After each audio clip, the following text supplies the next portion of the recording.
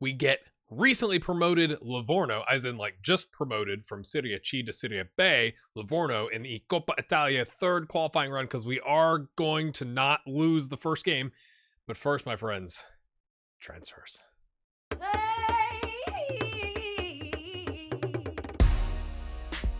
All right, my friends, I don't know if we'll do the cup game today. It just kind of depends. Thanks for your support on the series as always. If you're enjoying content like this and you are like, hey, I'd like to see more of that, or like, I want to say thanks, you can obviously watch all the ads. You can check out patreon.com/grayhairgaming in the description below. I am going to start working on this year, sending out or putting into my videos stuff about like affiliate links to like Humble Bundle if there's some like really good games on sale, stuff like that. So be on the lookout for that so you can get a discount and support charity at the same time.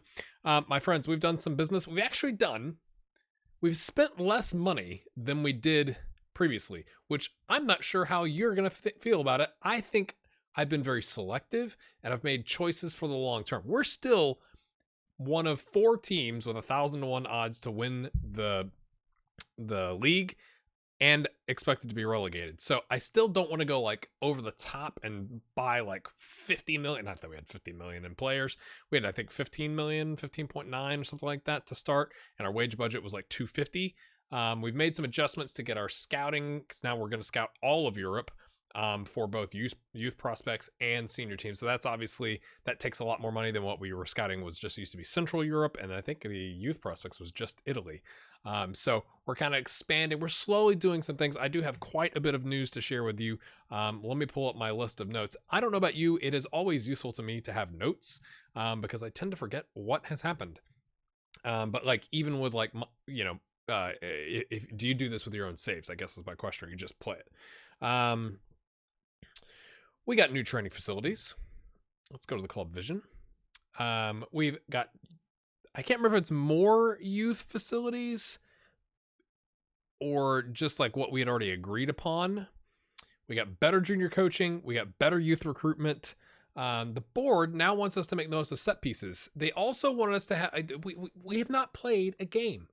We've not played a game and they're disappointed. I don't understand. We haven't really worked on it, I guess, in friendlies, but come on. They also want us to play solidly defensively. So I got rid of that. I figured if this is favored, if we don't always do it, that's okay. But I was afraid of the playing solidly defensively was also a thing that they wanted. And that just made me nervous because I can't guarantee that. And I figured that's worse than like if we're winning games and we're just not doing it with set pieces. Like, come on, guys. They still want us to fight bravely against relegation. They still want us to reach the fourth qualifying round. But yeah, we had 15.21 million in transfer budget and 250K a week in wage budget. And Emery was fired from Napoli, and Jose Mourinho is now there. So that's all the news. We've sold some more season tickets.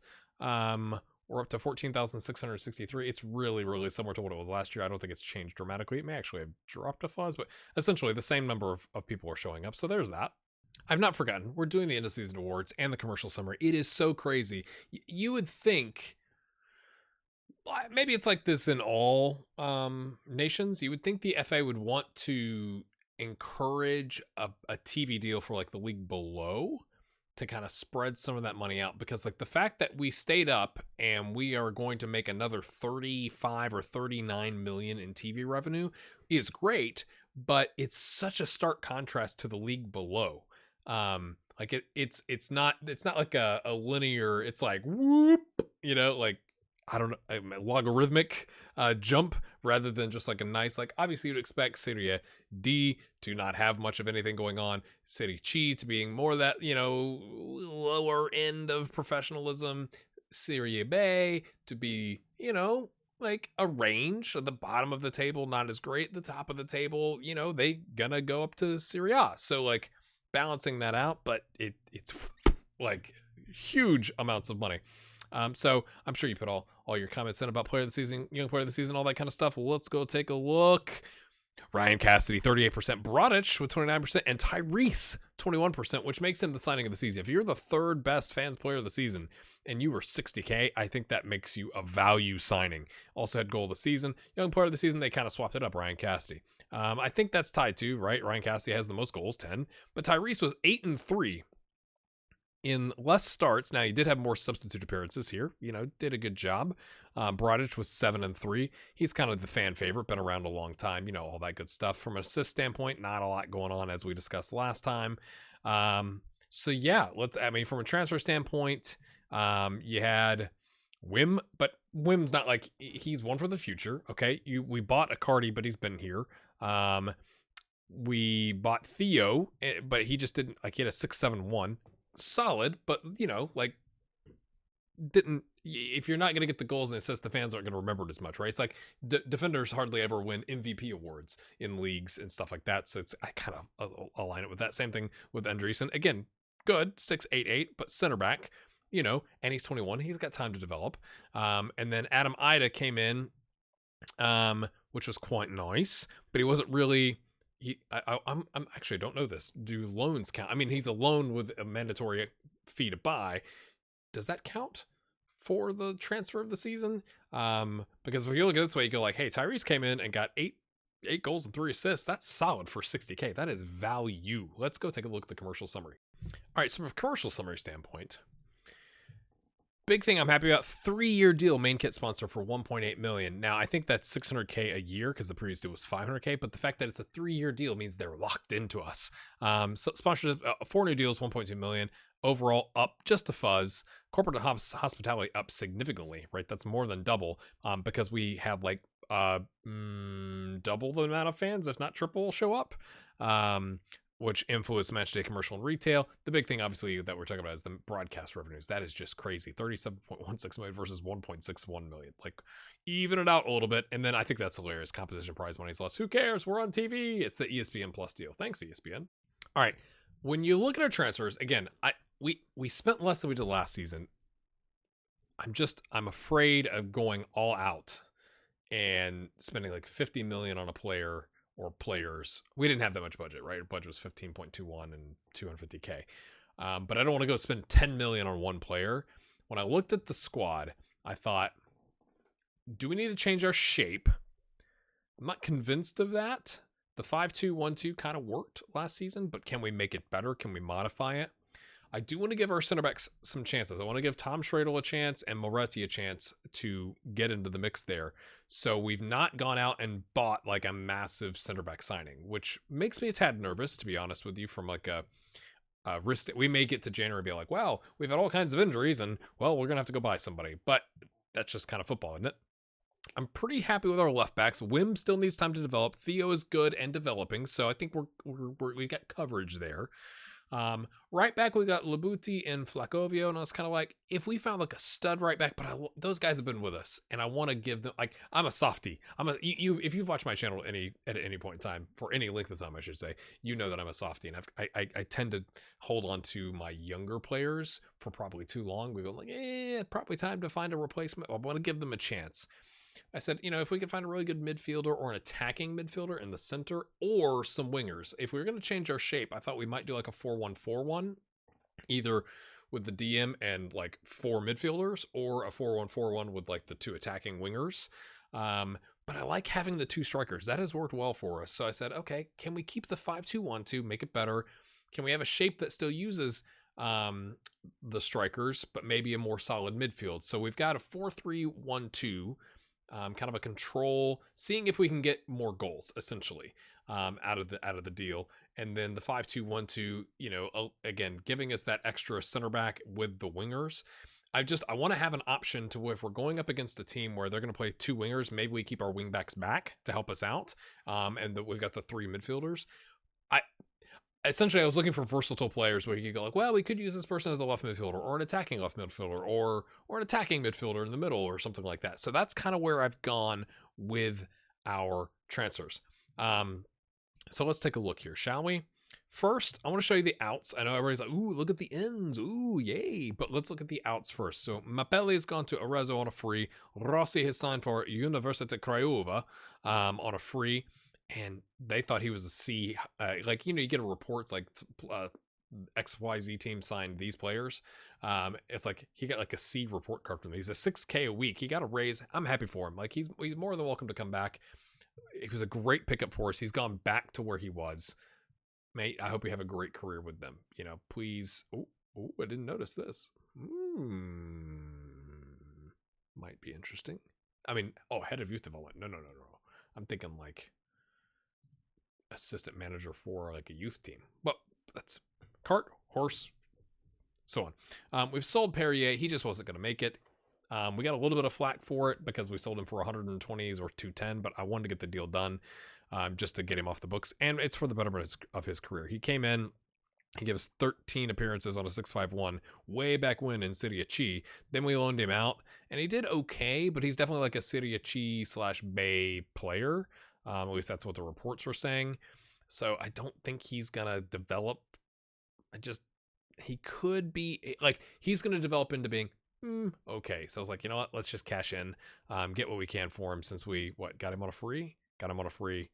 Loaned him out for his wages, I think, both times. I could be wrong, but I think we've at least broken even on him, if not made a bit of a profit. We've loaned Sabir back out. I think the team he was with last season got relegated to Serie D, so we obviously can't loan him there, so we've loaned him to Taranto. Toronto, but not Toronto, Taranto. So we'll see how he does there. He's already got he's already going to assist in his first in the Serie C Cup in 2 starts. Fantastic. We've loaned our backup goalkeeper, Lorenzo, to Potenza. He's on a first team, I want to say, goalkeeper contract. Again, I'm sure there's a way for me to see this, but I just kind of come over here and of course he's not. No, first choice. He's content. So why is the backup in? Answer me now, Potenza. But, I want him to get playing time, and we need to keep Santapolo here. Unfortunately, Santapolo's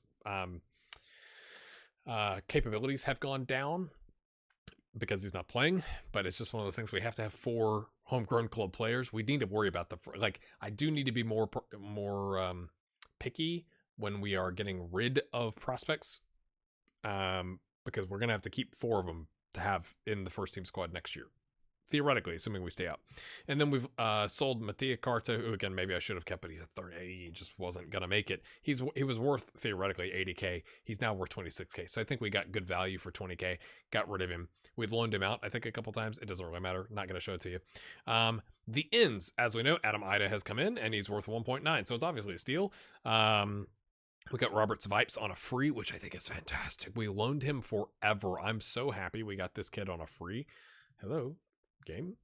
He's making, obviously, significantly higher wages than he did beforehand. All of our players are getting raises. This is going to be a problem. But I'm happy with him as he's still got potential to grow, and he's been a good player for us. And I love the hair. So welcome to him. I'm going to come back to this one, but Ismail Diaz is a Panamanian Italian, because I thought we were going to get our first, hey, what's going on with the non-EU player thing, but he's got, right? I just showed that. He's Portuguese. He's not Italian, but he's got European nationality, so he doesn't count against that. And you're like, well, he's a winger. Well, he can play striker. He's mostly a regular starter. He's not going to be a regular starter.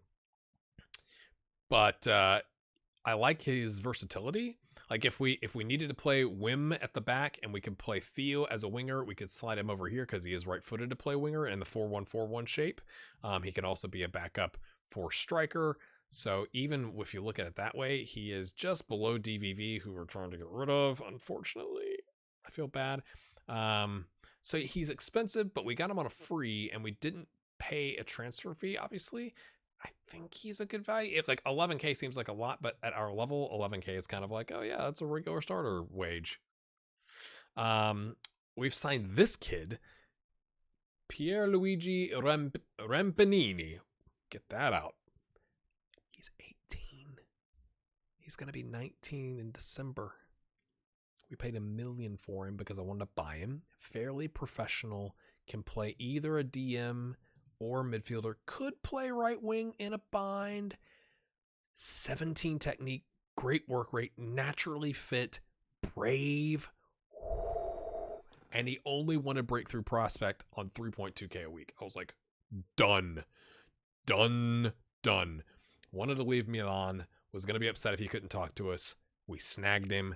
I'm thrilled. Again, he's not impact come in immediately, but he's going to rotate and play in. He certainly is. Clubs are trying to loan him. I'm like, fuck off my player. I can look at it this way. He's our 4th best midfielder. He's better than Romano and Cortezi. He's 18. Ooh, and he's our 2nd best DM behind Haas. I think he's going to be good. I'm really excited about him. And then Machoy Diallo, we spent a good chunk of change on, and we're paying him 20K a week. But I mean, he's not brave, but we don't play him in a brave situation. He's almost, to me, this is like as close as we've gotten to a wonder kid.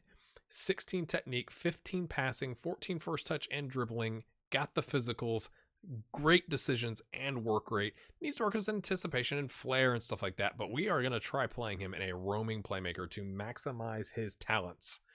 We're paying him a ton. It's the only way he would come. 20K a week is a lot. And I mean, he's not exactly lit up the league, but he did play, right? He got 13 starts, 9 subs on a 6-7-7 last season. I think this is his opportunity to shine.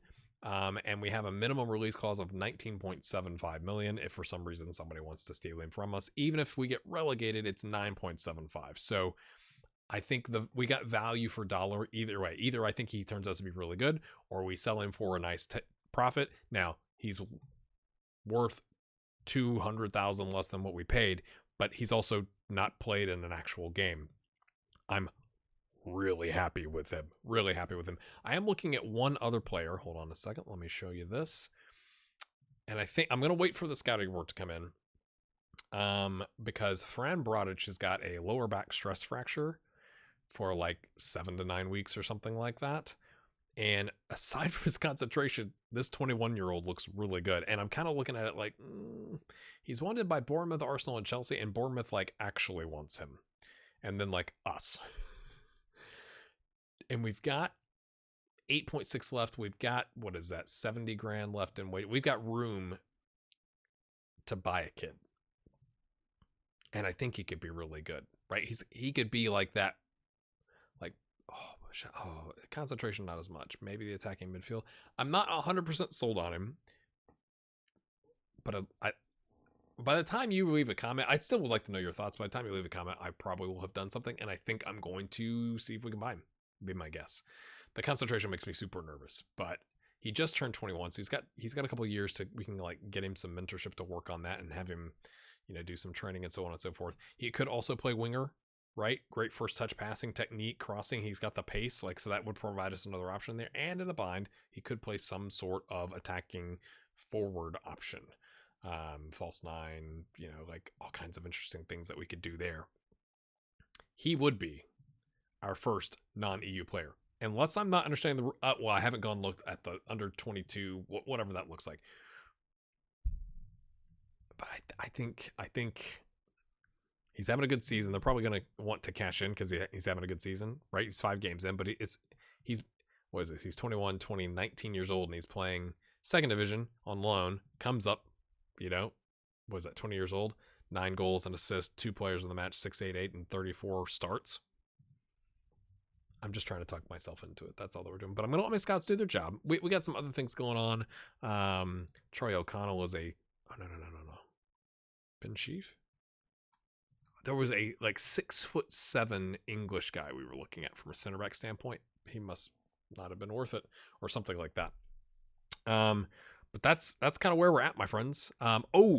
Speaking of raises, Zolfs is now on 17.5. Inter wanted him.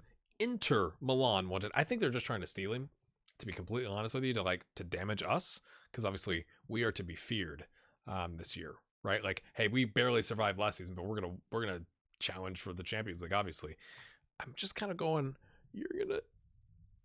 He wasn't gonna be a first choice goalkeeper, so was he gonna be the backup? I'm not understanding why they were interested, but they were heavily interested, and he had a release clause for clubs in the Champions League of 1.3 million. He was already worth 2.4, and I was like, we need to do something about that. So I rejected their offer and offered him. He was on 6.7. So here's an extra 11 grand a week. Enjoy. And we gave him a huge signing bonus and whatever. I think he earned it. I think there were many times he kept 58 conceded sounds bad. He had 7 clean sheets on a 6.9 when we were getting battered. His first touch is horrific. To be completely fair, I'm not, and it is a long-term deal. But I thought he was worth it. Let's see. I'm looking for other raises. Isn't that funny? Cassie's on 1800 because he's on loan versus Adam Ida's on 12.5. That's hilarious. Cassie had the better year. Zvolfs.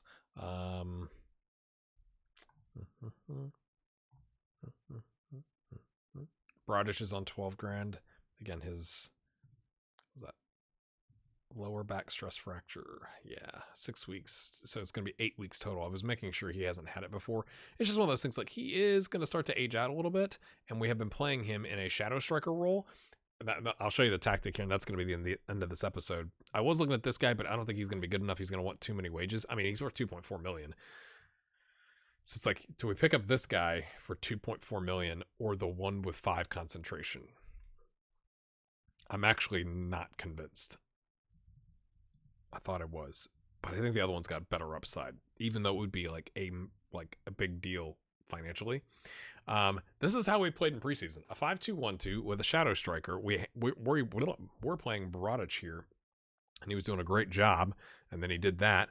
But we do have like essentially these 3 guys, if we need him to, can play here. I want to say, nope, Ida can't. Nope, Cassidy can't. It's just this guy. Oh, it's Diaz. Diaz is the other one that can, if we need to, he can slide over. We also have Cortezi, who's not played much, but he obviously is a natural in that position. Not at the same level necessarily, but again, there's going to be you that are like experts. I don't like to play Foot Manager as like, I don't want to come up with a tactic that just works because I know how to like, oh, if you do this, this, and this, it's perfect. This is how I want to envision playing, right?